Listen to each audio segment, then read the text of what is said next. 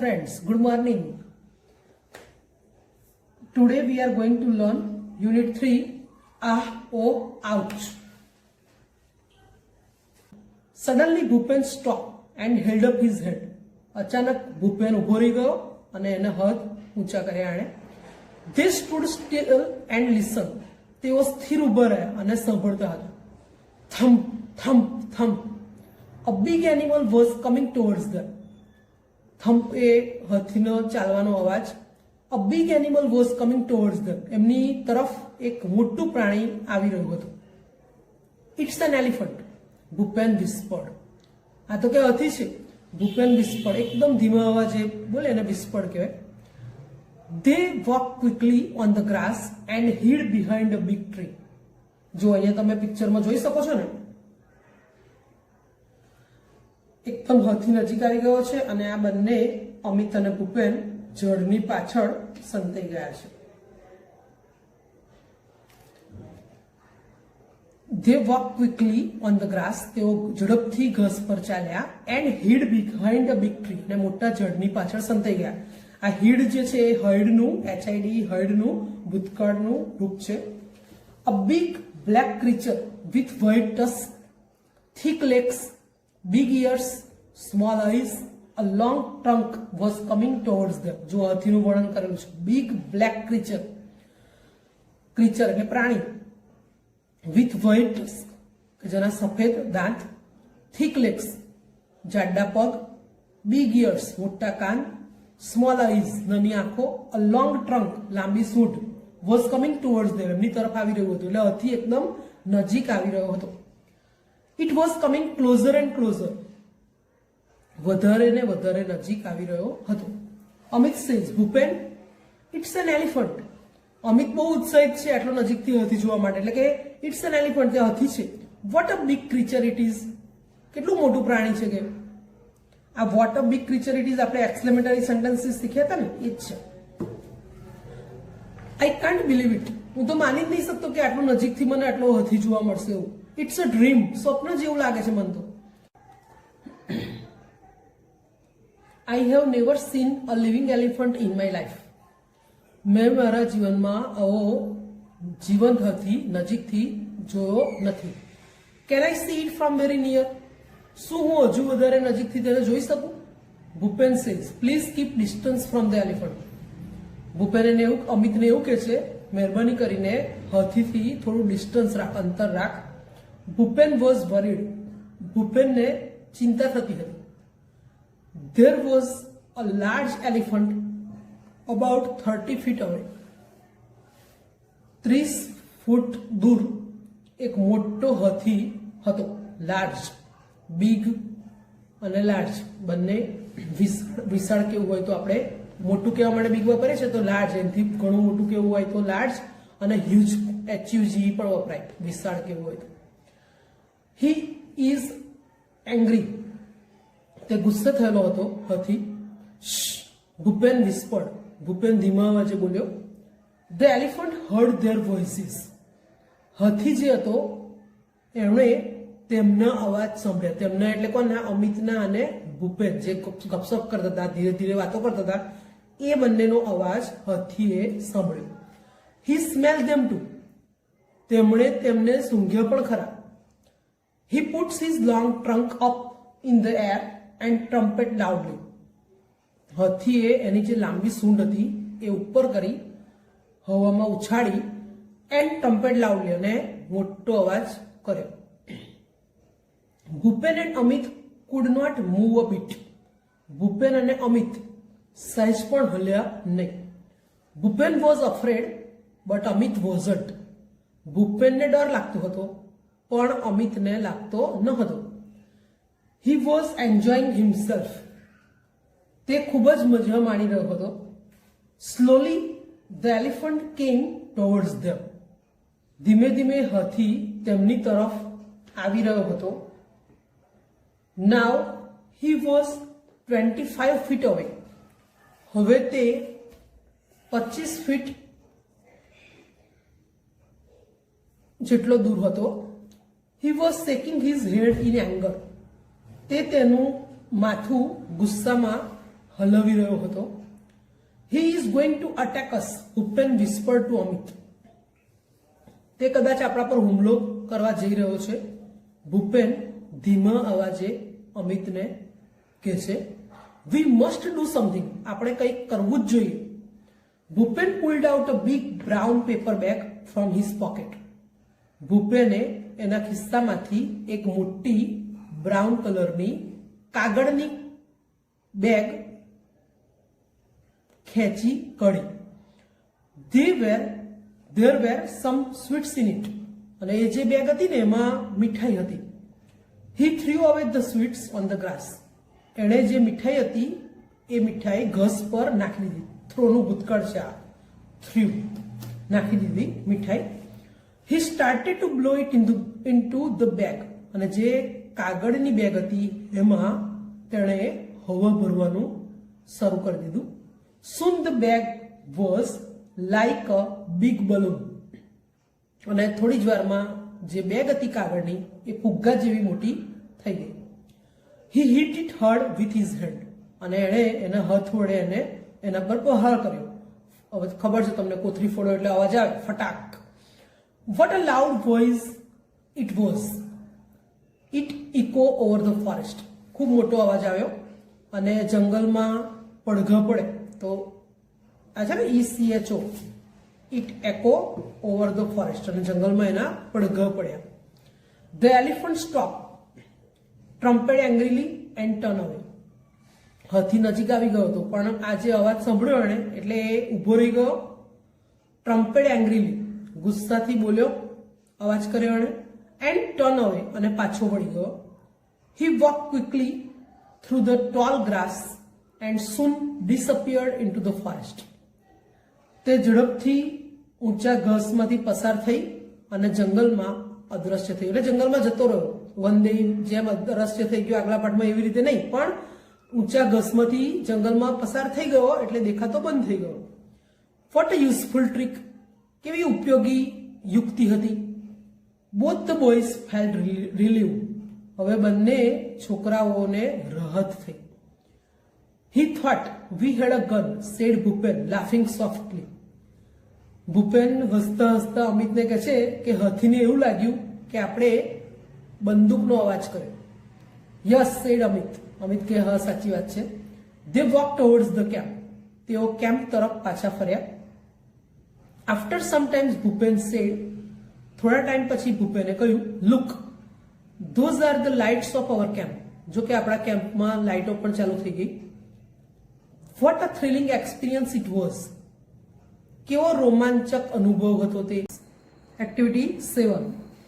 Read the paragraph and answer the following questions.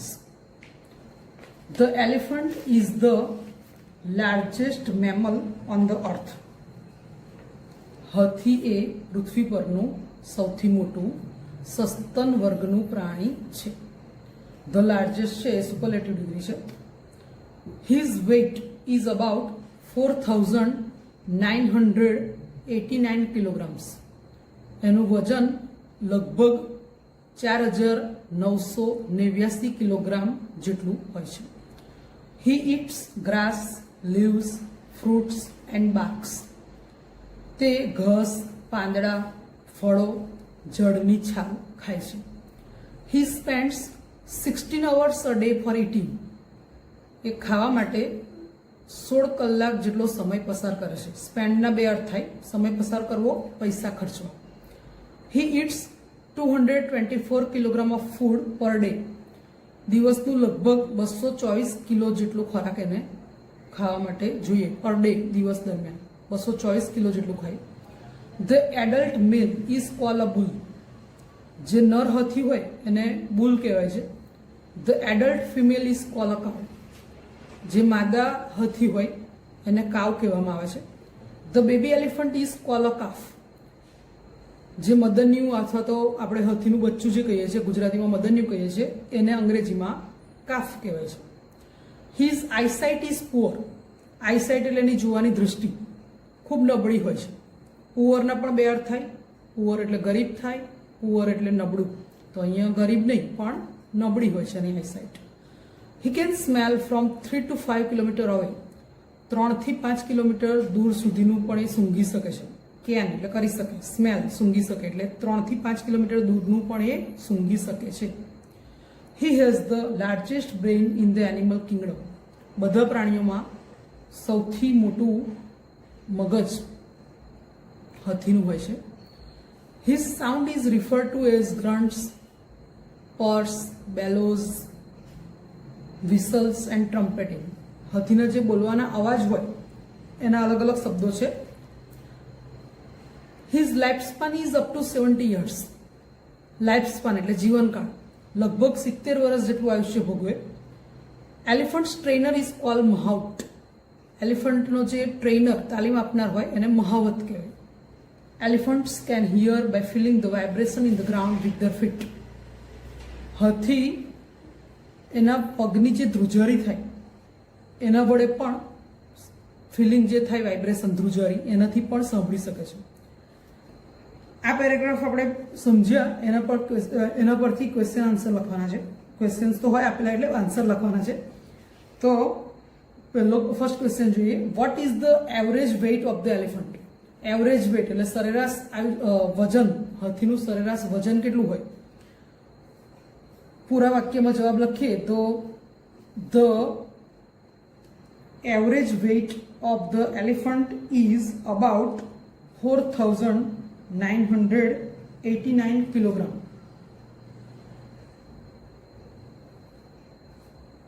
4,989 kilogram. How many hours does an elephant spend for eating? Second line આપણે જોઈએ કે he spends 16 hours a day for eating.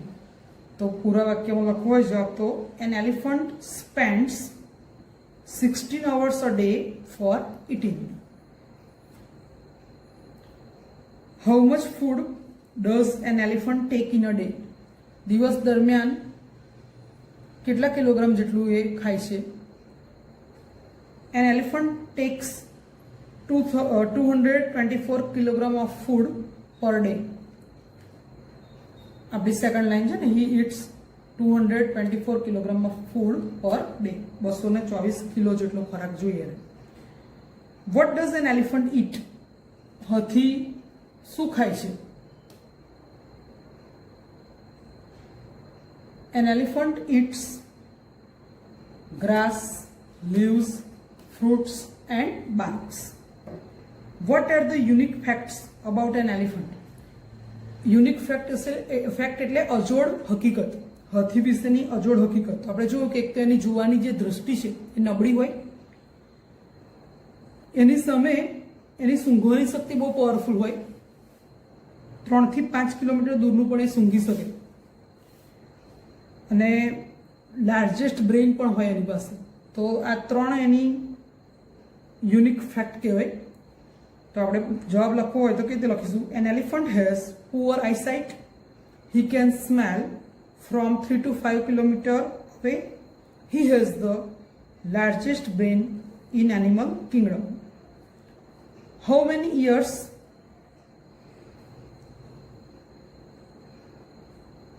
Can an elephant live? કેટલા વર્ષ સુધી જીવી શકે? આપણે જીવનકાળ લાઈફ સ્પાન જોયું 70 years, બરાબર? An elephant can live up to 70 years. Which words describe elephant sounds? હાથીના જે બોલવાના અવાજ છે એના શબ્દો: grunts, purrs, bellows, whistles and trumpeting. Describe an elephant's sounds. Who trains the elephant? એલિફન્ટને કોણ ટ્રેન કરે? હુથી જ્યારે પ્રશ્ન પૂછાય ત્યારે આપણે કરતા ક્રિયા કરનાર વ્યક્તિ લખીએ છીએ. તો કોણ ટ્રેન કરે? મહાવત. Mahout trains the elephant.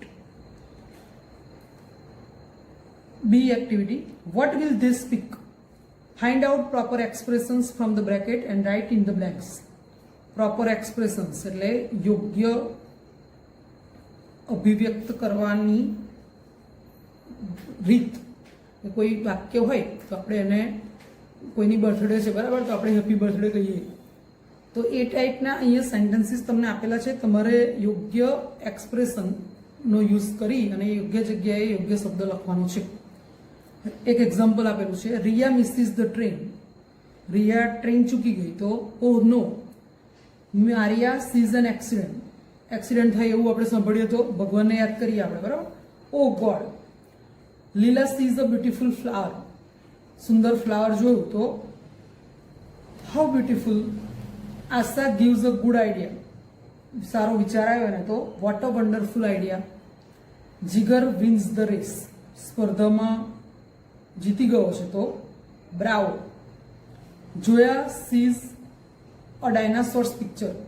Dinosaur એક મહાકાય પ્રાણી હતું જે અત્યારે લુપ્ત થઈ ગયું છે, બરાબર. બહુ વિશાળ હતું એટલે સો હ્યુજ. હ્યુજનો અર્થ વિશાળ થાય, બીજો અર્થ લાર્જ એટલે પણ વિશાળ. Activity 8, complete this questions using words from the boxes. આપણે અગાઉના વિડીયોમાં હાઉ મેની અને હાઉ મચ વિશે શીખી ગયા હતા, એનો જ યુઝ કરીને બ્લેન્ક્સ પૂરવાની છે. How many blanks R there in a blank. મેં તમને આન્સર પણ આપેલા છે, એ આન્સર જવાબમાં આવે એ રીતે લખવું હોય આપણે તો પણ લખી શકીએ આપણે. અહીંયા પહેલું 12 લઈએ તો 12 જવાબમાં આવે એ રીતે લખવું હોય તો how many months R there in a year.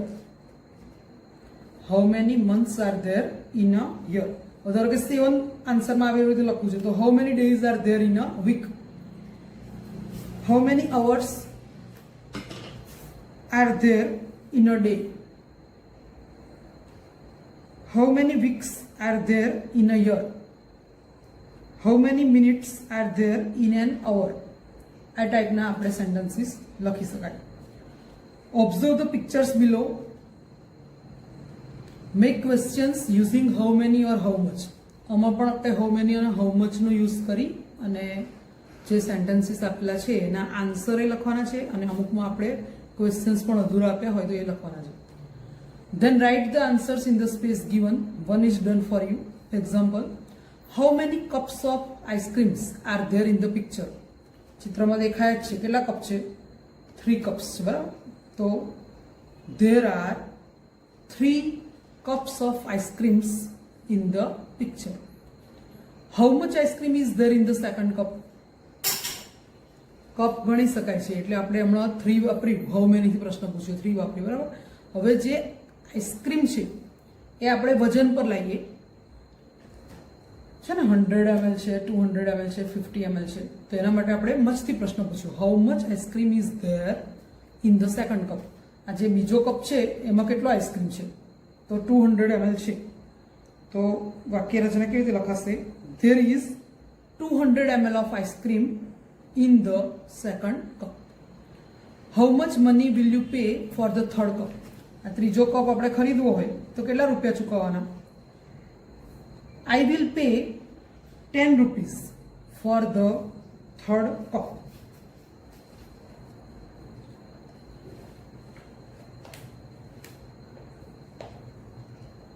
Blank are there in the picture. ચિત્રમાં દેખાય છે કે 3 બોટલ છે, બરાબર. બોટલ ગણી શકાય છે એટલે હાઉ મેનીથી પ્રશ્ન પૂછીશું.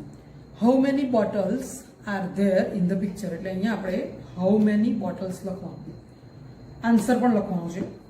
There are 3 bottles in the picture. How much cold drink is there in the first bottle. પહેલી જે બોટલ છે એમાં કેટલું કોલ્ડ ડ્રિંક છે?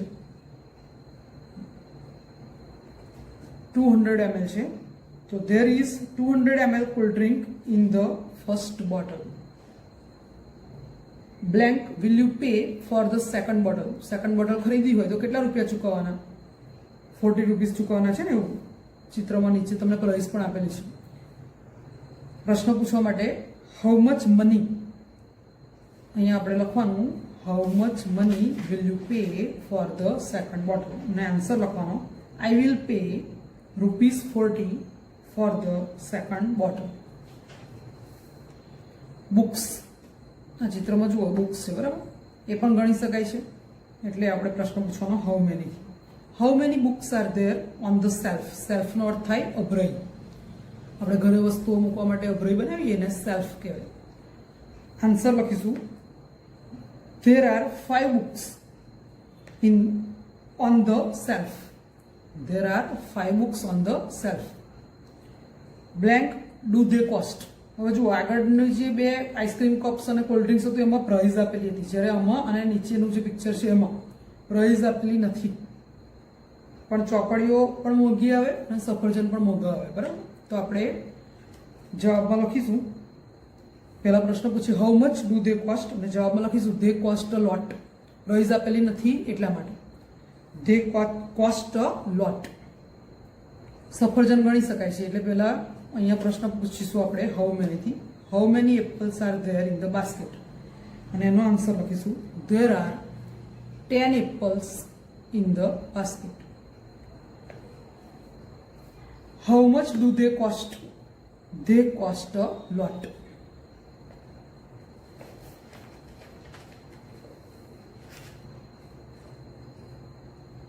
Activity 9. Read the following sentences. They suggest some situations. Write appropriate expressions for them. Expressions are given in the block below. જેમ આપણે આગળ expression લખ્યા સેન્ટેન્સ પ્રમાણે એ જ રીતે આમાં લખવાનું છે. You are talking with your friend and your mobile phone rings.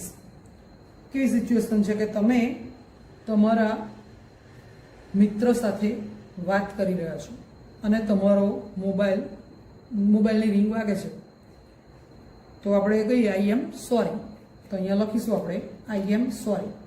You win a prize, તમે પ્રાઇઝ જીતી ગયા. તો wow I can't believe it, નવાઈ લાગી અમુક વાર આપણને, તો wow I can't believe it.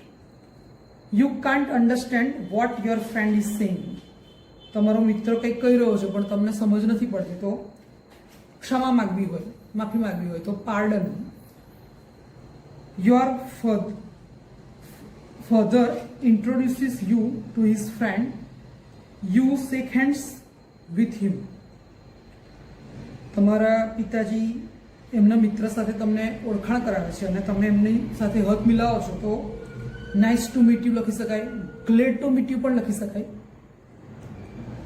Your sister is living for school to take part in a debate, તમારી બેન કોમ્પિટિશનમાં ભાગ લેવા માટે જઈ રહી છે, debate કોમ્પિટિશનમાં.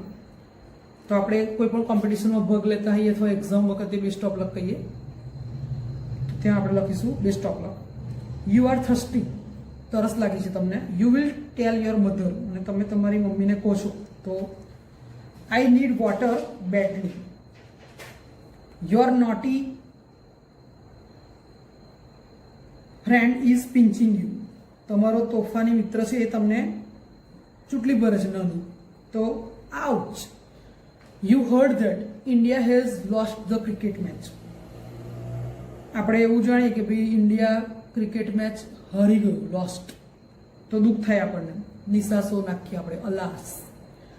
You see the Taj Mahal, Taj Mahal જુઓ તમે તો કેટલી અદ્ભુત કૃતિ છે, કલાકૃતિ છે, કેટલો અદ્ભુત છે, આટલા વર્ષ જૂનો બનાવ્યો છે છતાં પણ જોઈને જ આપણને આમ લાગે કેટલી સરસ અજાયબી રૂપ બનાવ્યો છે, બરાબર? તો how wonderful. Your school wins the trophy, અને શાળાને ટ્રોફી મળી, એમ આપણે જીતી ગયા, તો હિપ હિપ હુર્રે. તો આ રીતે અહીંયા બોક્સમાં જે એક્સપ્રેશન આપેલા એને આપણે યોગ્ય રીતે લખ્યા છે.